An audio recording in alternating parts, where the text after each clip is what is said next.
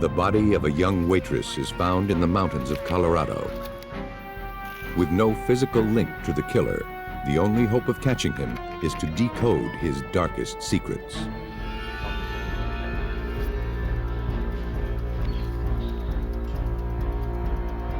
To solve the murder, investigators must decipher a message written in blood. A young mother is the victim of an apparent suicide. Or is it a well-staged murder? To prove foul play, detectives will have to build a solid case from a flimsy square of plastic. The path from victim to killer is rarely clear. But with forensics as a guide, today's detectives can find the path to justice along the faintest trails of evidence.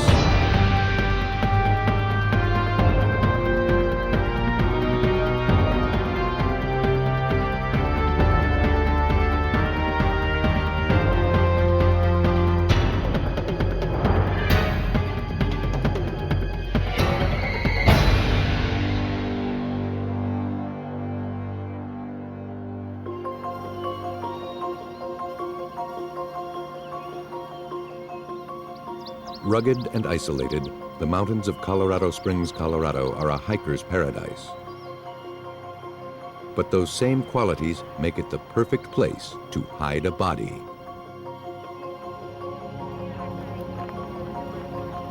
On June 29, 1997, the El Paso County Sheriff's Department was called to a shallow grave.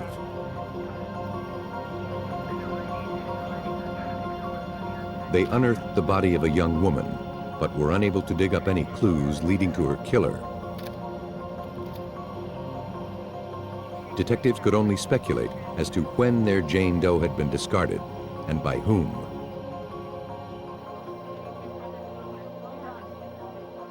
Detective Michelle Hodges knew she had little to work with. The evidence that we had was very limited. We didn't know where she was killed at, and that normally is where the majority of your evidence is going to be found, and that very much hampered our investigation.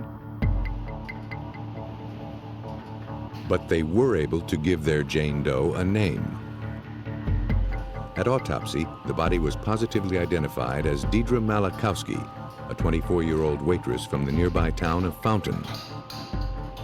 She had been reported missing a week before.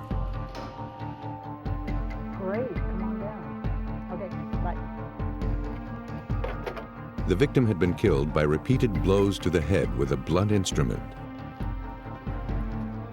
Biological evidence found during an internal examination of the victim suggested that she'd been raped. For now, it was the only physical evidence connecting Dedra to her killer. The body had been exposed to the elements and contained fly larvae. Investigators hoped that these insects would help pinpoint the time of death. At the Arapahoe County Crime Lab, detectives turned to Thomas Adair, an expert in forensic entomology. Forensic entomology is the use of insects to answer a medical criminal question. Oftentimes this involves trying to determine how long a body has been exposed, how long it's been since females have laid eggs or larvae on the body.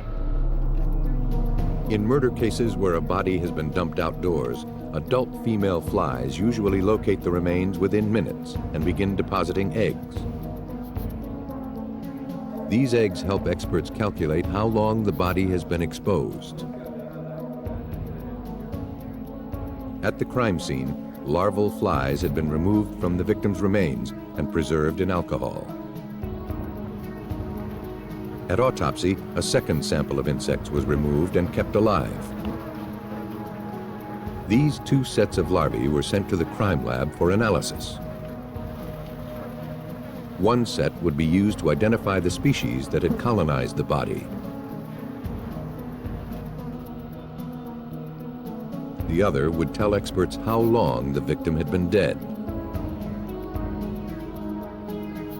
The first step was to rear the live flies to maturity. In the rearing process, what we do is we take those immature species, the maggots, we place them in a jar with a food source, like in this case beef liver or chicken liver, and then allow them to progress to their adult stage. Once they've emerged, it allows us a little bit more ease in identification. Once the species was identified, Adair was able to pinpoint the exact age of the preserved larvae found on the body.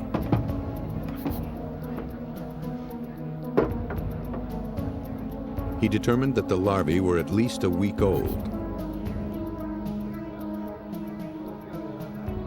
Since Dedra Malacowski was last seen a week earlier, he deduced the victim had been killed within 24 hours of her disappearance.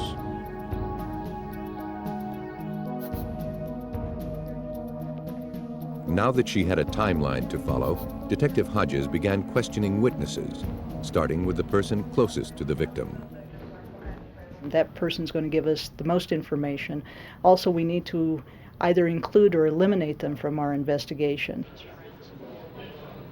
But in this case, the person closest to the victim, Dedra Malacowski's fiancé, wasn't talking. He hired an attorney and refused to cooperate with the investigation.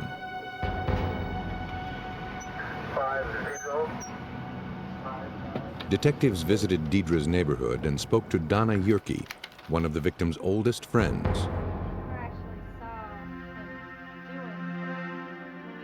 Both Yerke and her husband Alan expressed fears that Dedra's fiancé could have killed her. Dedra had told the Yerkes she had a violent confrontation with him the day before she disappeared. During that fight, he had actually placed his hand around her throat in a strangling position to control her. This, of course, raised a lot of queries as to how heavily he was involved with that. Given the violent nature of their relationship, investigators had to consider the fiancé as their prime suspect. But without any physical evidence, there was no way to pursue a case against him. And until more information surfaced, Hodges knew they'd have to be patient. We only had a one-time shot at things like this. If you don't have enough evidence when you initially arrest, then you may not be able to proceed with the case. And we didn't want anything like that. We didn't want an acquittal in a case. We wanted a solid case. But as the months wore on, investigators realized they might be waiting forever. In the interim, new cases demanded their attention. Almost 9 months to the day after Dedra Malacowski's unsolved murder, another body was found in the mountains. The young girl was fully clothed, but barefoot. Her shoes were found a few feet away.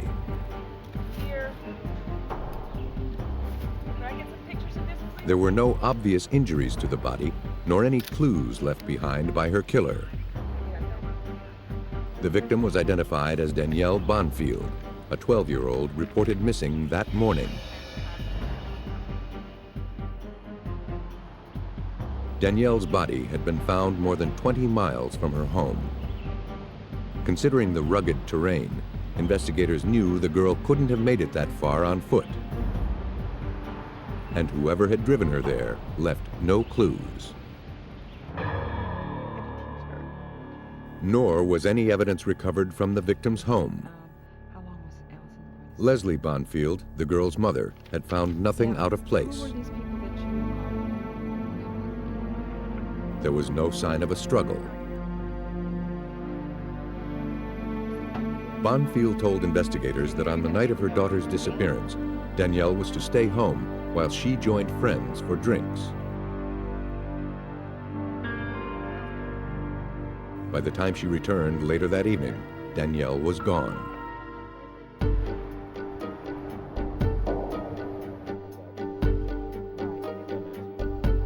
Detectives searched the area around the Bonfields' home and canvassed the immediate neighborhood.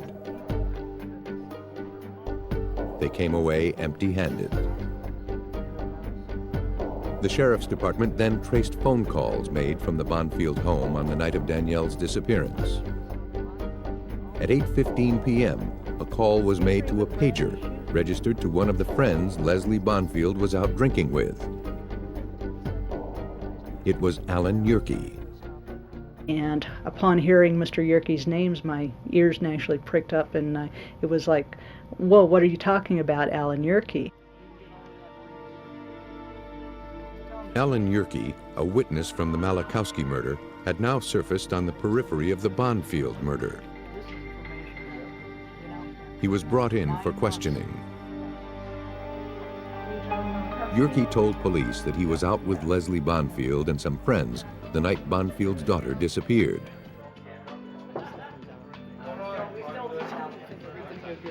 He said he received a page from Danielle at around 8 p.m.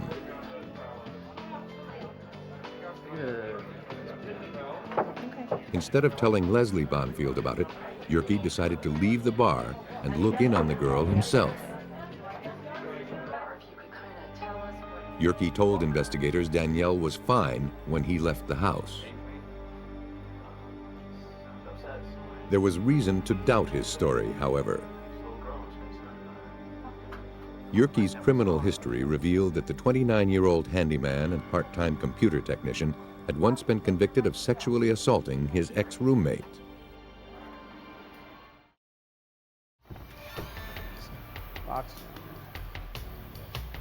Detectives obtained a warrant to search Yerke's car. It was impounded and analyzed by the Colorado Springs Police Department. The vehicle was littered with garbage, clothing, and papers. Criminalist Charles Green would have to process the mess with the precision of an archaeologist. When we completed the photography, then of course we entered the vehicle. We had to enter that and remove items layer by layer, collecting any items that could possibly have evidentiary value. Mike, let's get this stuff out of here. You might check at the blood. I'm looking at the blood. Beneath the piles of clutter, the car yielded 2 pieces of crucial evidence: Danielle's watch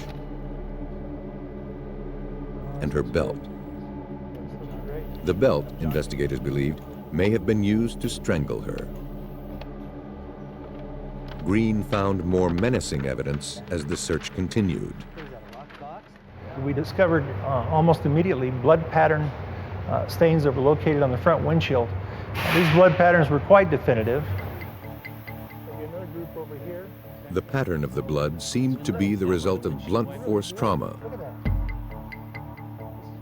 We're doing a presumptive blood test here. Swabs were taken and sent to the lab. These samples matched the victim's blood type. Alan Yerke was arrested for the murder of Danielle Bonfield. Having tied Yerke to the murder of the young girl, investigators now hoped they could find some link to Dedra Malacowski, the waitress found murdered 9 months earlier. Blood and DNA samples were taken from the suspect. They matched the fluid samples found in Malacowski's remains. Although investigators confronted Yerke with this damning evidence, he denied knowing anything about Dedra's murder. He also claimed he had slept with the victim several days before her disappearance, but that it had been consensual. Yerke just explained away any biological evidence they might find. Investigators would have to dig deeper. Okay, I want to look at that too. Get some more bags. Yerke's cluttered car yielded the pivotal clues in the Bonfield murder. They hoped that it would also contain some link to the Malacowski case.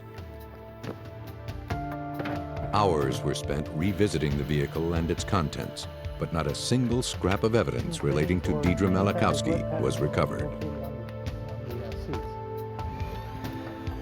Nor were there any obvious clues in the trunk. Instead, technicians found it filled with computer disks and software. John, I got this thing open a minute ago. You want to take a look and inside. The trunkload of floppies and CD-ROMs hardly seemed a momentous find, but as today's detectives know, it could provide a treasure trove of evidence. Though traditional methods had failed to turn up any clues, this stash gave forensic specialist John St. Augustine a whole new hunting ground. Computer forensics is important because we're coming across more media in more scenes now. It's no longer just, here's the bloody knife and the gun or the bullet.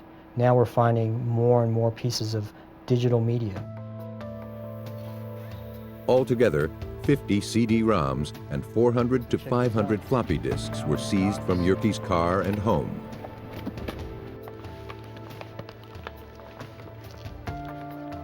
The suspect's wife had mentioned that he liked to keep a journal. Though they knew it was a long shot, investigators needed to find out if he'd ever confessed his crimes electronically. St. Augustine had a tough road ahead of him. In order to preserve the integrity of the evidence, he had to copy every file found on every disk, the equivalent of an entire room filled floor to ceiling with paper.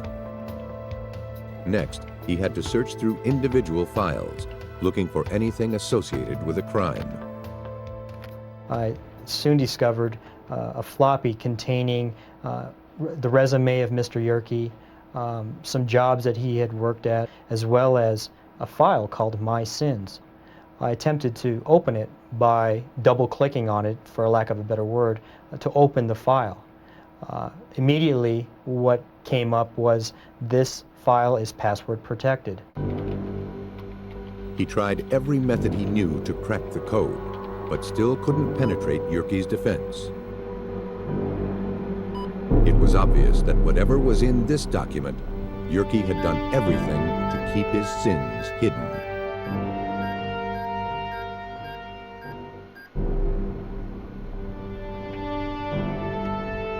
Investigators in Colorado believed that Alan Yerke was responsible for the death of his wife's best friend. But without any physical evidence linking him to the crime, their only hope of solving the case was to hack an encrypted computer file entitled My Sins. With the help of some powerful software, John St. Augustine was finally able to obtain Yerke's secret password. God help. When I entered the password, God help, into the My Sins document, immediately up came a screen that said, My Sins is reserved by Alan R. Yerke. Now I knew that Mr. Yerke was the author of this particular file. St. Augustine was finally able to open the cryptic file. A list of Alan Yerke's crimes appeared on the screen, including the murders he'd committed. Perhaps more chilling was a list of murders he planned to commit in the future. Included in the list was the rape and murder of Dedra Malacowski. This on-screen confessional bore out investigators' suspicions. The man in their custody was a calculating predator whose appetite was only growing. Police surmised that Yerke picked up Dedra while she was waiting to catch a bus into town. He overpowered the young woman and killed her. Yerke then drove to the mountains, where he hid the young waitress's body.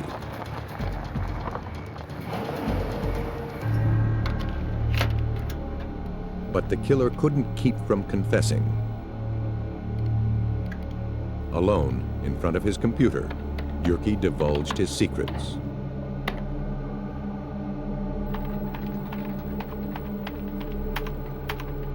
Had investigators not caught him when they did, Yerke's list of sins may have grown.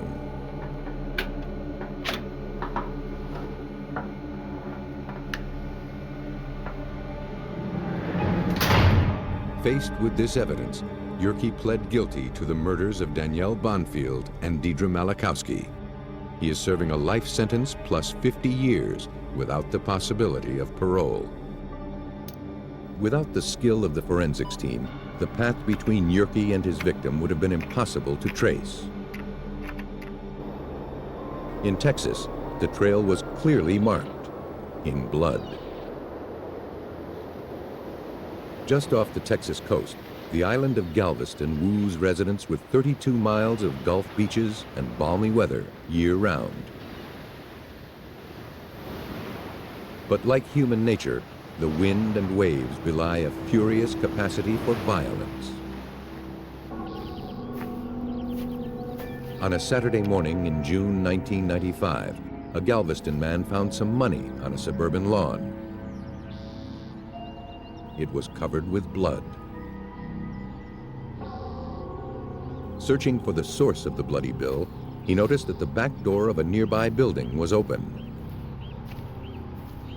The apartment inside was being renovated, but no one responded to his calls. Miller! Hey, Miller! Hey, come on, Miller. Miller! Inside, he found his neighbor, 32-year-old John Miller, dead. He'd been stabbed.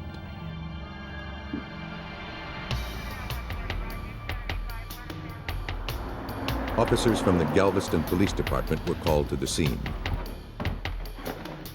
Smears and spatters of blood marked the walls, ceiling, and floors of every room in the 5-bedroom apartment. Detective Norman Giles knew that these patterns could be crucial in solving the crime. It was obvious initially we're going to have to collect blood and we're going to have to protect the crime scene. So most of our efforts initially were at protecting the integrity of the blood evidence that was going to be there. Forensic experts were called in to photograph and diagram every single stain. Identification officer Gary Jones had never seen such a large amount of blood evidence at a single crime scene. As soon as I walked in, I knew that this was going to be a rather extraordinary type case. There was virtually every conceivable type of bloodstain pattern incorporated into this one scene. Just the first visualization of that scene immediately told me I'm going to be here for quite a while due to the extent of the bloodshed that occurred during this struggle. It appeared the victim had taken on more than one attacker. 3 distinct sets of footprints were marked in blood. One set matched the victim's boots. The second appeared to be prints made by a man's tennis shoes. A third set of smaller barefoot prints belonged to either a woman or a child. One of the barefoot prints contained sufficient ridge detail for identification purposes, should a suspect ever surface. This print was cut from the floor. Whoever was responsible for the murder had not emerged from the struggle unscathed. Droplets of blood found near the print suggested that he or she had been bleeding from the leg.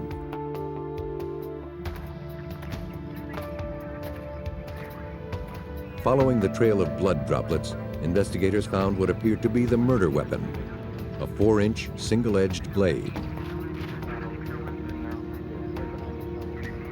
The knife was taken into evidence, but all fingerprints had been wiped from its surface.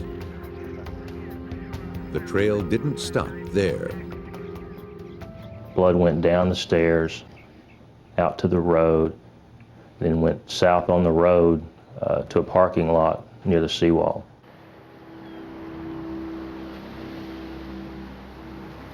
There, the path of blood disappeared into the water. With no fingerprints, no witnesses, and no apparent motive, the case ground to a halt. In speaking with friends of the victim, detectives learned that Miller was last seen the night before the murder at a neighborhood bar.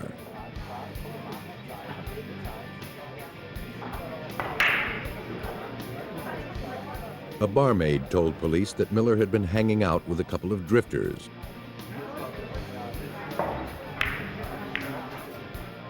The man was in his 30s, the woman in her 20s.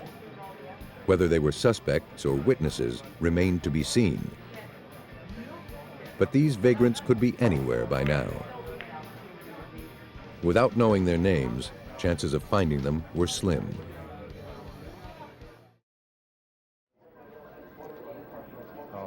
Investigators also learned that Miller owned a truck that was now missing. We spoke with the family members that we could locate there at the scene, and nobody knew the location of the truck. So we thought that the truck was probably stolen at the time of the murder. Although an all-points bulletin was issued on the missing pickup, it was nowhere to be found in the Galveston area. Several days later, Houston police reported they'd found the truck in a parking lot. They immediately arranged to have it returned to Galveston.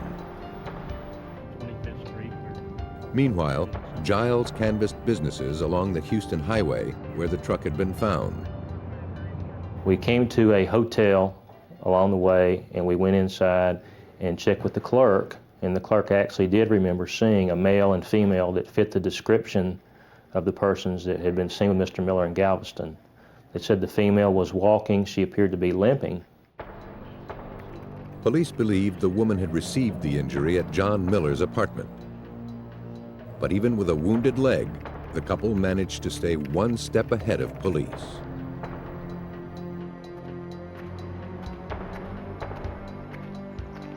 Identification officer Gary Jones was brought in to process the truck, which had just been towed back to Galveston. He wasn't optimistic about what he'd find. One of the primary concerns that we had at that time was how much contamination had occurred to the vehicle during its transport and the time that it had been sitting idle in Houston. Jones processed the truck for fingerprints. On one of the door handles, he found the impression of a single thumb.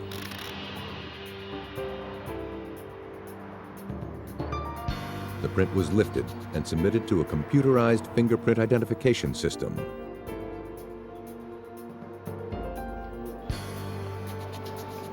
A week later, the system came back with a hit.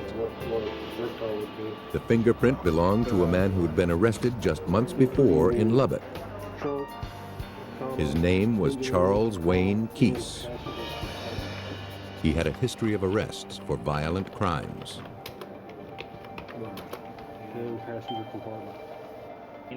Linking Keese to the victim's vehicle was a positive step, but it only showed an association with the victim. It didn't prove Keese had done anything violent. So we had Mr. Keese's fingerprints on the truck, but we knew he'd been in the truck on times other than the time of the murder. Through food stamp records, police finally found Keese and his girlfriend in Lubbock, some 500 miles away. Armed with a warrant, detectives brought them to Galveston for questioning. Guilty or not, Keese and his girlfriend were among the last people to see John Miller alive. Investigators were eager to speak with them. While the girlfriend's footprints were taken, investigators turned their attention to Keese. Keese admitted that he and his girlfriend had hung out with Miller at a bar on the night in question. He said that Miller then drove them to a pool hall where his truck broke down. There, Keese said, they went their separate ways. His girlfriend's footprint had been compared to the bloody print found at the crime scene. The size of the prints was the same, but technicians would have to be more precise. Like fingerprints, toe prints have a unique pattern of loops and whorls that can be used for identification. Technicians compared the details of the crime scene toe prints with those taken from Keese's girlfriend. They matched perfectly. We had her foot in blood in Mr. Miller's house, so we knew that she was there at the time of the murder.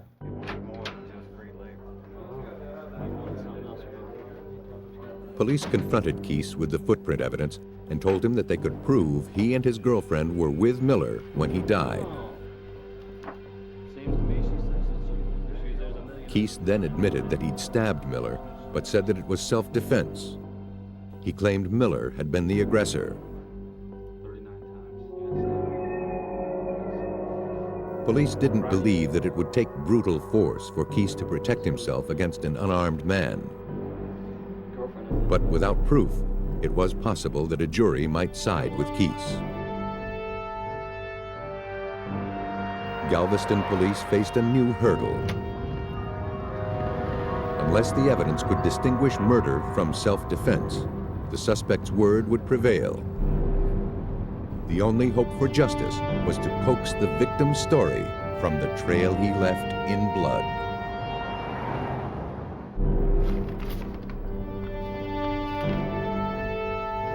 Police in Galveston, Texas didn't believe Charles Keese's claim of self-defense.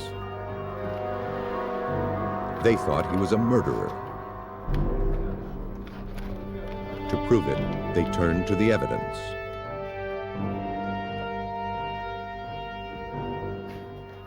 The key to success in working a crime scene is being able to listen and understand what that crime scene is telling you. In this case, it involved listening to what was left by the victim in his own blood. To illustrate the brutality of the murder and disprove the suspect's account, Jones needed to reconstruct the crime from the patterns of blood.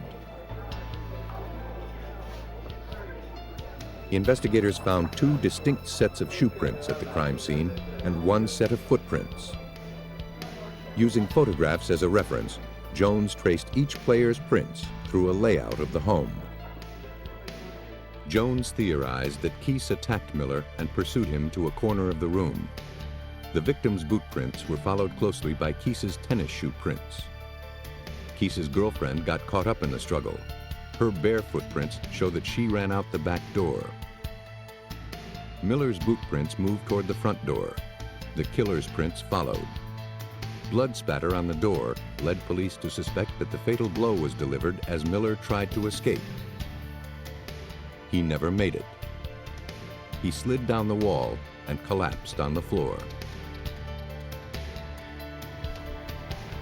Jones's reconstruction impugned Keese's self-defense plea and proved that Miller had been the victim of a vicious and unrelenting attack.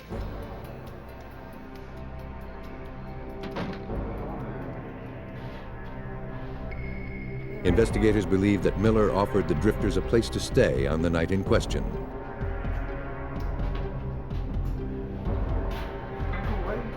Possessive of his girlfriend, Keese flew into a jealous rage.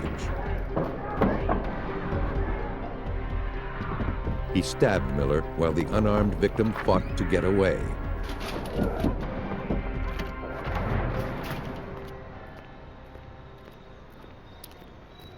Thanks to the detailed reconstruction of the crime, Charles Wayne Keese was found guilty of first-degree murder and sentenced to life in prison. Charges against his girlfriend were dropped.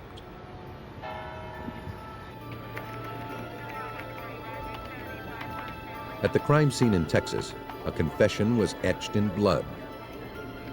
But the line between malice and misfortune isn't always so clear.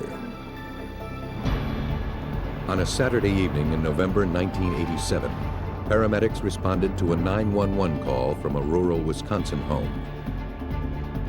Walter Reeder told the paramedics that his wife had shot herself in the bedroom. 21-year-old Paula Reeder was found face up on the floor, dead. She had a bullet wound in the side of her head.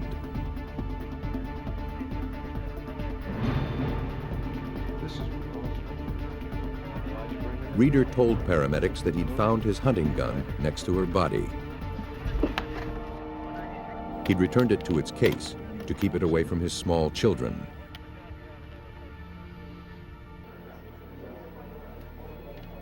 Detective Ken Peters of the Dodge County Sheriff's Department was assigned to the investigation. Though it appeared to be a suicide, Peters treats all violent deaths as homicides and works backwards. Once you rule it a suicide and put it on paper, or you remove bodies and evidence, you cannot place that evidence or the body back there.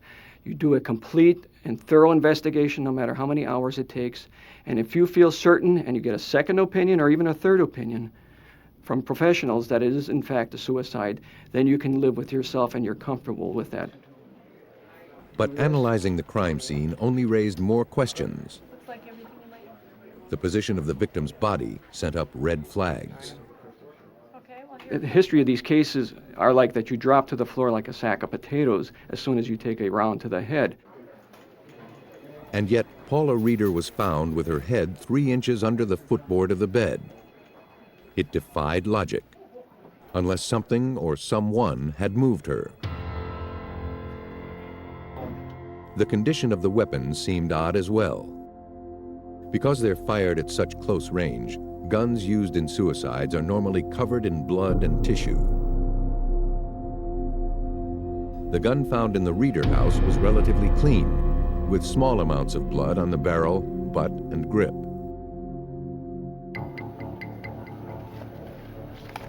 To determine who pulled the trigger, Peters asked for a gunmetal residue test. When a weapon is fired, it releases microscopic bits of metal onto the shooter's hand. Swabs taken from the hands of Paula and Walter Reeder were tested at the lab.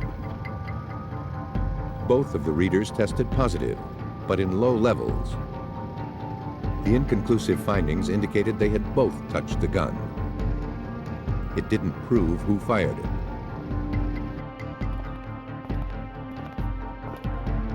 Detective Peters brought Reeder in for questioning.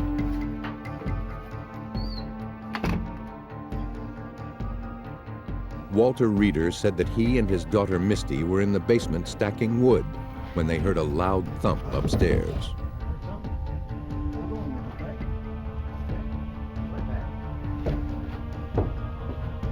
He raced upstairs to the bedroom where he found Paula on the floor. When asked why his wife would want to kill herself, Reeder said he didn't know. Peters hoped he could find the answer that Walter Reeder couldn't supply. He went to talk to Paula's mother.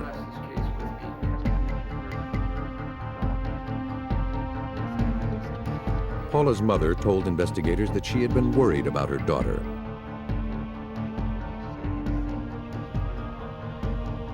At Paula's request, she had flown into Wisconsin the day before.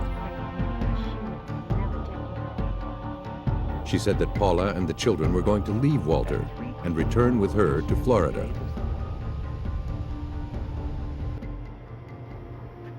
It had been a bad marriage from the start. Against her mother's wishes, Paula married Walter when she was 16 and he was 40. Over the years, the relationship went from bad to worse. Where are you going now? Preliminary autopsy findings confirmed that Paula's health had declined. The once 110-pound woman weighed only 80 pounds at the time of her death. But a bad marriage doesn't prove murder. Without some substantial evidence of foul play, Paula Reeder's death would remain a mystery.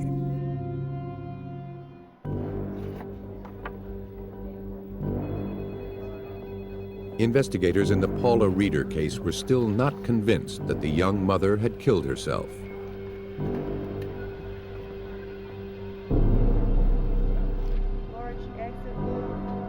The pathologist confirmed that a single bullet killed the victim, but was unable to determine whether it had been suicide or homicide. If it was suicide, however, the entry point of the bullet was one of the most unusual investigators had ever seen. Most self-inflicted wounds are to the mouth or front of the head. In this case, the gun barrel had been placed behind the victim's ear, angled toward the back of her head. It defied logic and physics. Before she was buried, investigators measured the victim's limbs and did some calculations. Paula Reeder was 5 feet tall. Her arms were only 24 inches long. Factoring in the length of the gun, investigators determined her arm was barely long enough for her to press the weapon to her own head. The only way she could have fired it was if she had pulled the trigger with her thumb. Suspicions mounted, but investigators still lacked hard evidence. The evidence they did have only raised more questions. A hollow point bullet was removed from the victim's skull and sent to the lab. Analysis revealed something odd. A piece of plastic the size of a hard candy wrapper was adhered to the shell casing. Under the microscope, investigators could see that it was torn and stretched. They had never seen anything like it.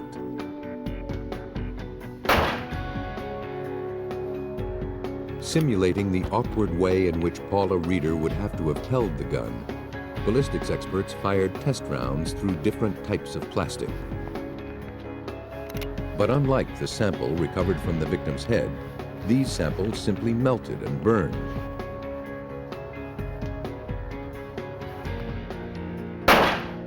Experts could find no explanation for this phenomenon. Though they didn't have the physical evidence to prove murder, Detective Peters stayed in touch with the victim's family and friends, hoping some crucial testimony would eventually surface. The more he learned about Paula's relationship with Walter, the more he believed that her husband killed her. A number of letters Paula had written to friends and family spoke of Walter's abuse. She told friends that Walter actually showed her the bullets that would end her life. Just days before her death, she wrote, "I feel like I am going to be murdered." Despite the circumstantial evidence incriminating Walter Reeder, Detective Peters didn't have enough evidence to prove his case. His superiors called an end to the investigation. Walter Reeder is a very convincing person, and the sheriff therefore came to me and asked that I close the case out on several occasions, which I would not do. But Peters didn't have the final word. Without a clear determination of homicide from the pathologist, nor any conclusive evidence that Walter Reeder had pulled the trigger, the district attorney knew he couldn't get a criminal conviction. The case was closed.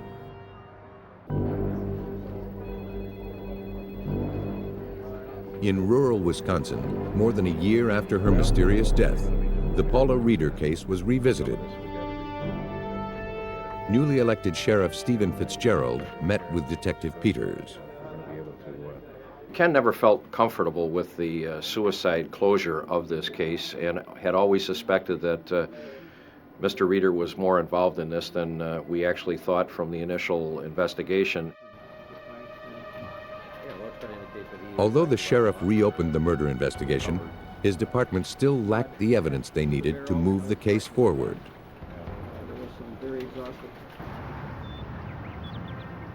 Dodge County detectives hoped they'd get the proof they needed from the Wisconsin State Crime Lab.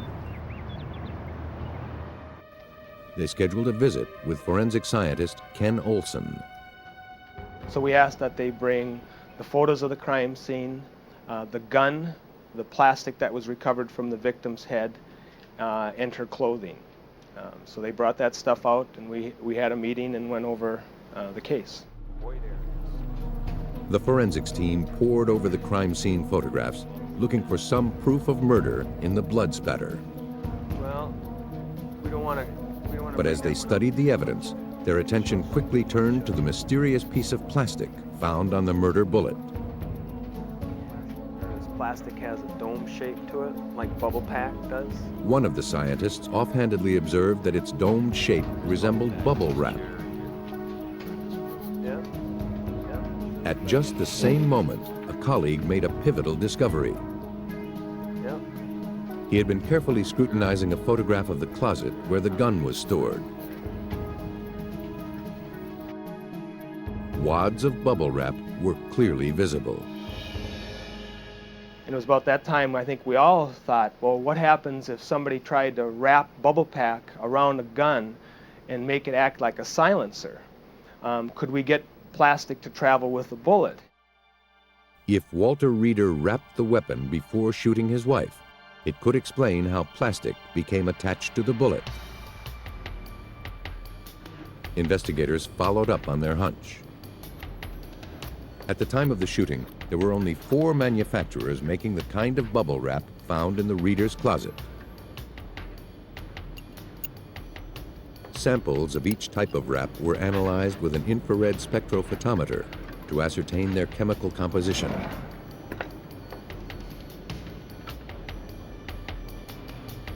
They compared these results with the plastic recovered from the victim.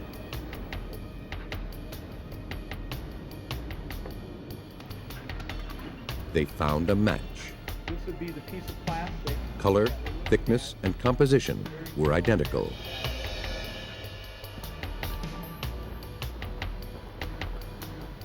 Hoping to prove that the plastic could travel with the bullet, technicians fashioned a silencer made of this particular bubble wrap.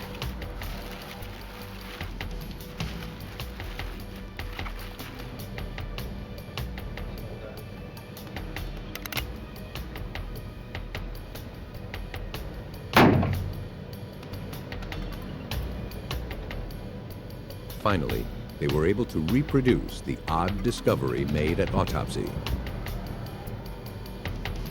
The bubble wrap silencer explained how the square of plastic adhered to the bullet. To try and explain the lack of blood spatter on the gun, investigators did another test fire with the silencer, this time into a blood source. We got the same type of patterns, or the lack of patterns, that we would have suspected that you would get by doing that. The gun was clean, the barrel was clean, there was no blood present on the gun. There was some void areas created from that, and that was consistent with what we had at the crime scene. Police, open up! You're under arrest. With forensics results to support a murder charge, the case was finally strong enough to go to court. On October 29, 1991, nearly 2 years after the death of his wife, Walter Reeder was arrested. I mean, it's not like you ever do anything about this. Investigators believe that on the evening she died, Paula and Walter had an argument.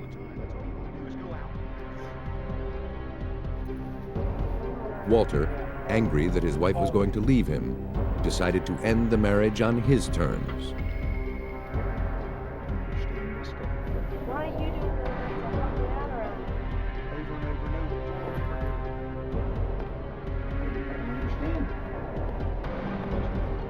that? Walter Reeder knocked his wife unconscious.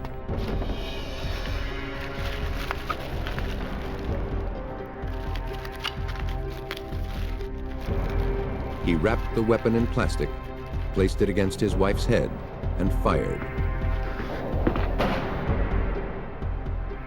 Thanks to relentless detective work, the evidence persuaded the jury. I can remember that day very vividly when we were all called back into the courtroom and the jury did hand down their decision. I was very relieved for the family, and also as an officer you always feel somewhat satisfied when you think that justice has been done. By staging a suicide, Walter Reeder very nearly got away with murder. Bringing him to justice was well worth the years of frustration that led to his conviction. He was found guilty of first-degree murder and sentenced to life in prison. Clever criminals try to stay one step ahead of police by concealing their tracks. But science gives law enforcement a jump start in their pursuit, helping police track killers along the faintest trails of evidence.